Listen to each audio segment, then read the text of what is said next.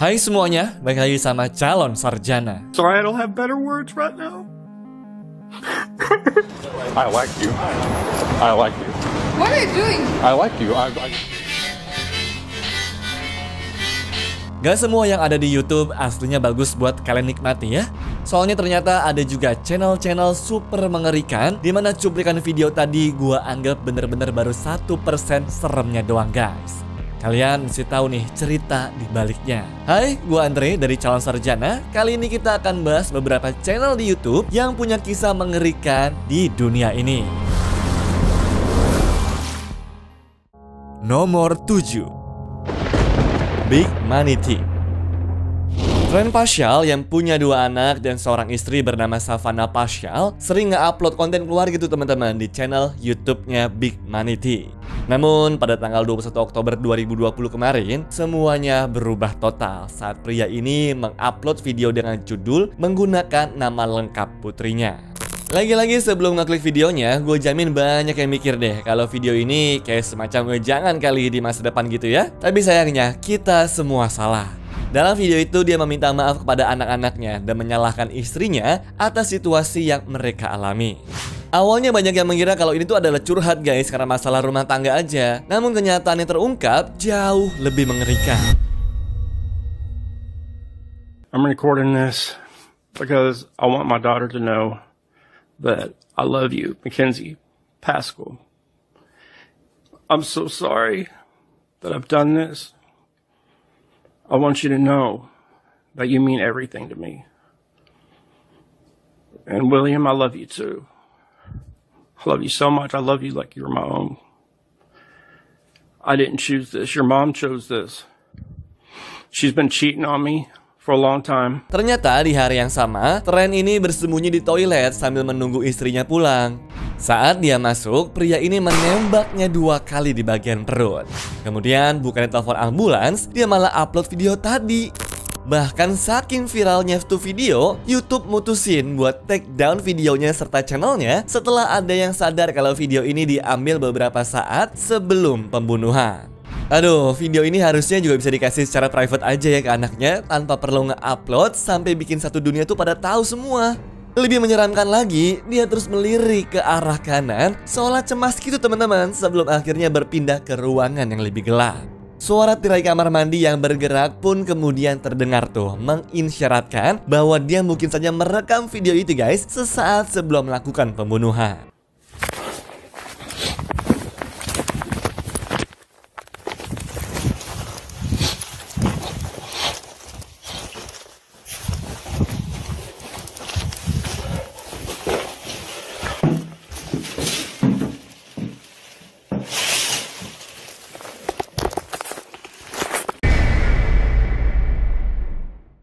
Anehnya nih, walaupun ngaku ke pihak keluarga dan sempat ditangkap, lalu bebas dengan jaminan pakai monitor pergelangan kaki, tapi tren tuh malah melepas monitornya di bulan April, lalu menjadi buronan selama berbulan-bulan, sampai akhirnya ditemukan oleh polisi tuh dan sempat ditembak juga.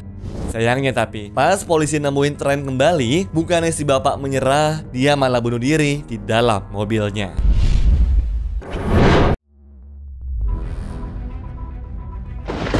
Leather Smoke Me. Kalau ngerokok 1 batang setiap hari saja bisa bikin kesehatan kalian hancur, kebayang gak sih guys apa kabar organnya YouTuber Leather Smoke Me kali ini nih?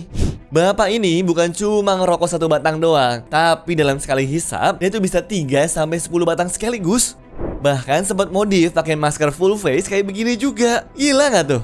Video pertamanya yang diupload di tahun 2006 itu sungguh unik teman-teman dan berbeda daripada YouTuber yang lain karena seakan-akan cuma mau ngasih lihat ke dunia kalau dia ini suka ngerokok. Gak ada ngobrol, gak ada makan, dan gak ada konten keluar kamar. Bener-bener pure banget si bapak tuh sambil ngerokok aja. Kalian mungkin mikirnya aneh, tapi nyatanya ada 5.000 orang yang nonton dan dia pun punya 229 video juga tuh. Namun seiring waktu, eksperimennya berubah semakin ekstrim. Sampai-sampai nih dia memadukan rokok dan juga cerutu melalui hidungnya guys. Yang awalnya terlihat seperti pria dewasa yang sehat, namun perlahan wajahnya menjadi pucat, tubuhnya kurus, dan bahkan ada perban di leher setelah operasi kankernya. Meskipun begitu, dia terus upload saja tuh teman-teman. Sampai di video terakhirnya pada tahun 2011, Dev terlihat begitu rapuh, hampir tidak bisa berbicara, sembari menuliskan deskripsi yang menyayat hati gua banget nih. Masih di sini dan masih merokok. Nomor 5. Dan Silly. I'm a racing car passing by like a Lady Godiva. Go, go, go, there's no stopping me. Ngeliat rekaman video Dan Silly kayak begini, pasti banyak yang bertanya-tanya, apa seremnya bang? Nah aslinya guys, ada beberapa video lain dimana tuh dia mengikuti perempuan tanpa persetujuan mereka. Bener-bener deh macam cowok yang haus perhatian banget. Are you 18 years old? You're not? Sorry. I don't want to touch you because... Sorry. Or do you want to touch me? It's okay if you... Sorry.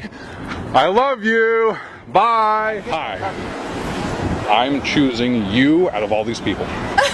Oh, wow. Are you taken or are you... Single. You are? You're rejecting me for some reason? Why are you rejecting me?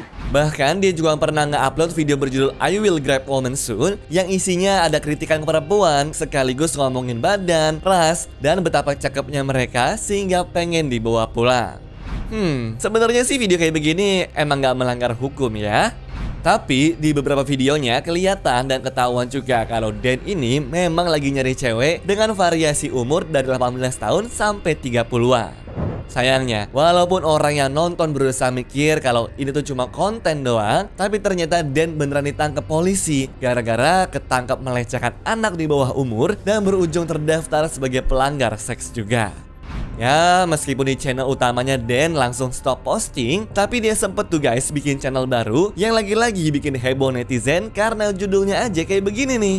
Cara kawinin perempuan berusia 14 tahun. Baru aja lihat bocah berumur 14 tahun dengan bokong kencang. Ataupun setiap pria harusnya menikahi gadis berumur 14 tahun. Kacau banget kan nih orang? Ya meskipun terlihat kalau jiwanya agak terganggu, tapi yang jelas orang kayak begini gak cukup cuma terdaftar sebagai pelaku seksual doang sih. Ini mah jelas ngebahayain orang-orang di sekitarnya kan kayaknya. Udah kayak bom waktu aja guys kalau dia tuh terus kayak begini. Nomor 4. Kelly Stapleton. Sebelum dijatuhi hukuman 22 tahun penjara, Kelly Stapleton awalnya cuma seorang ibu guys yang sering mengupload kegiatan keluarga di channel YouTube-nya. Pokoknya dia rajin banget deh nge-share momen-momen manis bersama suami dan juga ketiga anaknya, termasuk Isabel atau Izzy yang menyandang autisme ini. Bahkan kalau kalian lihat foto keluarganya, pasti pada mikir deh kalau mereka tuh bahagia banget. Meskipun banyak komen yang mendukung, tapi setelah video itu diupload ke YouTube guys, Bu Kelly ini malah mutusin buat rehat dari YouTube selama 3 tahun. Di tahun 2013 pas Kelly kembali, sayangnya tuh bukannya cuma mengupdate tentang keluarganya aja, tapi malah nge-upload video viral yang ngasih lihat Izzy ini berubah jadi agresif.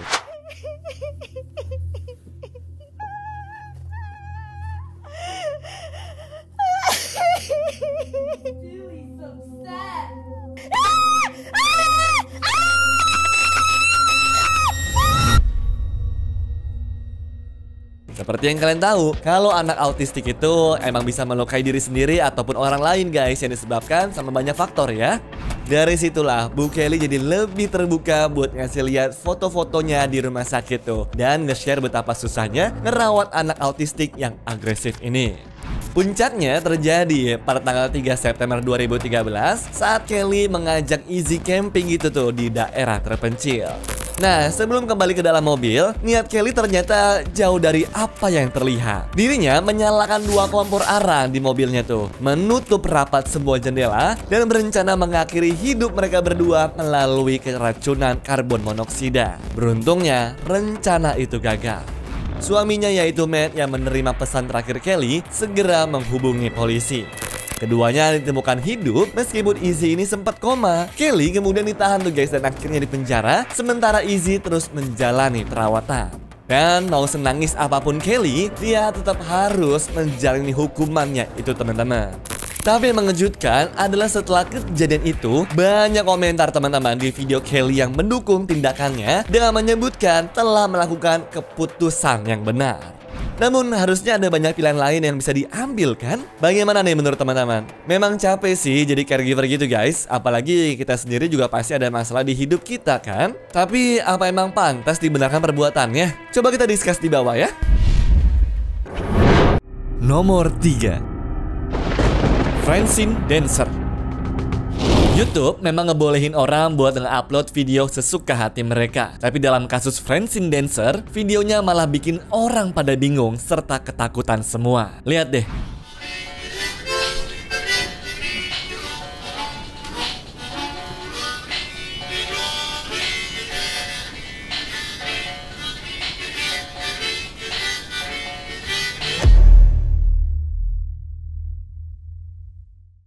Figur ini terlihat tidak hidup ya, tetapi gerakannya yang samar-samar membuatnya semakin nyeremin. Di video berikutnya, dia juga menampilkan sosok tersebut dengan lebih jelas, memperlihatkan wajah yang kotor dan kusam dengan tubuh yang terlihat seperti digantung dari langit-langit. Sosok ini muncul di beberapa video lain yang semakin menambah aura menyeramkan dari channel YouTube-nya Francine sebelum akhirnya ditinggalkan pada tahun 2010. Kisah-kisah seram pun bermunculan di internet dengan menyebut bahwa Francine ini adalah mantan bintang televisi yang mengalami gangguan mental setelah kehilangan pasangan tampilnya. Nah, menurut rumor yang gue baca nih, dia tuh mencuri jasad rekannya dan menjadikannya sebagai bagian dari pertunjukannya di rumah. Namun, apakah itu beneran? Setelah gue cek dan juga selidiki lebih jauh guys, terungkap nih bahwa kisah itu cuma mitos saja. Francine memang pernah menjadi bintang acara televisi, tetapi dalam ranah yang kecil saja di Los Angeles, di mana dia tuh memang unik dan juga aneh dari dulu katanya. Nah, sosok misterius di videonya ini ternyata hanyalah sebuah manekin yang bernama Terry Dancer yang sering banget tuh diperkenalkan Francine sebagai pacarnya. Bahkan dalam klip dari tahun 2018, Terry Dancer ini terlihat menari bersama Francine dengan ditemani oleh manekin baru kan? Memang hanya boneka, tetapi tetap aja terkesan creepy gitu kan guys? Nomor 2, Roman Piroshchek Jr. Sejak tahun 2009, Roman mulai sering nge-upload video-video menakjubkan tuh di YouTube yang seperti ini nih, dimana dirinya memamerkan manuver-manuver yang seolah-olah menantang hukum fisika gitu guys. Bakat ini bukan kebetulan ya. Ayahnya yaitu Roman Senior adalah pilot RC berpengalaman yang mengajarkan segala hal tentang olahraga ini kepada putranya. Namun di balik kegembiraan dan begitu banyak prestasi, tersembunyi bahaya yang mengintai. Helikopter RC-nya Roman ini bukanlah mainan yang biasa guys. Dengan panjang hampir 1 meter dan bilah karbon fibernya yang berputar 4.000 kali per menit, alat ini lebih mirip mesin pemotong rumput terbang. Ya mematikan banget sih menurut gue. Lalu salah satu trik yang paling berani adalah sama si Roman adalah mematikan mesin helikopternya tuh di udara dengan membiarkannya jatuh dengan bebas, lalu menghidupkannya kembali guys tepat sebelum menyentuh tanah. Kebayang lah ya kalian kayak gimana kira-kira? Tapi sayangnya pada tanggal 6 September tahun 2013 di depan ayah dan teman-temannya, trik ini malah berakhir dengan tragis. Helikopternya nggak jatuh sesuai yang dia mau, melainkan bagian bilahnya menghantam wajah Roman dan memotong kepalanya menjadi 2 juga. Hidupnya berakhir seketika. Dan perlu kalian ingat, kejadian ini terjadi secepat kilat serta ditonton sama bapak dan juga 4 temennya. Gue nggak kebayang sih gimana dengan perasaan mereka pada saat itu guys.